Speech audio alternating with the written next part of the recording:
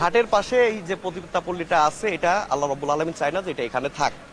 এটা এখান থেকে সরিয়ে নিলে এই ঘাটটা নিরাপদে থাকবে, না হলে অদূর ভবিষ্যতে আরো বড় একটা দুর্ঘটনা ঘটার সম্ভাবনা আছে। এটা আমি আল্লাহ তাআলা আমাকে জানাইছেন। যদি এটা আপনারা যদি এটা না সরান, আপনারা বুঝতে পারবেন, আপনারা নিজেরাই দেখতে পারবেন। সর্বোচ্চ 1 বছরও লাগবে না, 1 বছরের ভিতরে দেখবেন বড় একটা দুর্ঘটনা ঘটবে। এমনকি ফেরি ডুবার সম্ভাবনা আছে, ডাইরেক্ট ফেরি সহ ডুবে যাবে, ফেরির তলা ভেঙে যেতে পারে। তো রাত তখন 12টা বাজে, 12টার দিকে। তো হঠাৎ প্রচুর বৃষ্টি।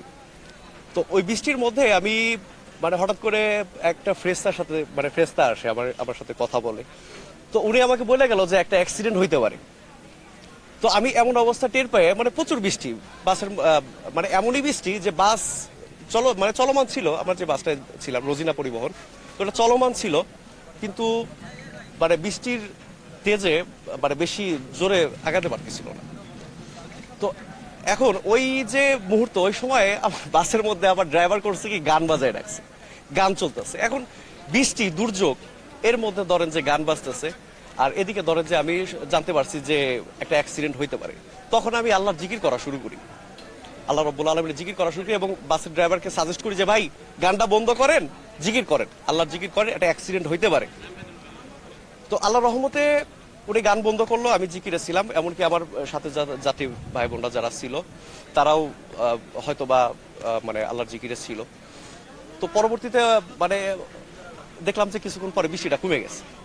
তো আমি তখন আমার পাশের যে যাত্রী ছিল, যে মানে পাশের যে বসা ছিল, তো তাকে বললাম যে ভাই দেখছেন, গানটা বন্ধ করার সাথে সাথে আল্লাহর রহমতে বৃষ্টিটা কমে গেল, বৃষ্টি বন্ধ হয়ে গেল। তো মানে এটার পরে আবারও উনি আসলো, ফ্রেস্তাটা আবারও আসলো। মানে আমি দেখতেছি বিজলির যে চমক আসতেছে, ওর মধ্যে থেকে দেখা যাইতেছে যে ওই ফ্রেস্তার দল, মানে একজন না, বেশ কয়েকজন ভাই, মানে সম্ভবত এটা গজবের ফেরেস্তা। তো এরা আসলো, তো বললো যে ভাই অ্যাক্সিডেন্ট তাও হবে, আমার বললো অ্যাক্সিডেন্ট তাও হবে। তো আমি বললাম যে আমাদের তো হবে না, বললো না ভাই। তো এই কথাটাও বললো, আমার স্পষ্ট মনে আছে। তো আমি এটা আর আমলে নেই নাই, আমি চলে আসলাম। তো রাত 1টার দিকে বাসায় পৌঁছাইছি।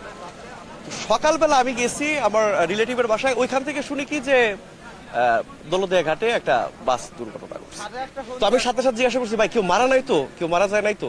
বলেছে না, তবে ড্রাইভার মারা যাওয়ার কথা ছিল, ড্রাইভার নাকি, আমি জানতে পারছি যে ড্রাইভার মারা গেছে।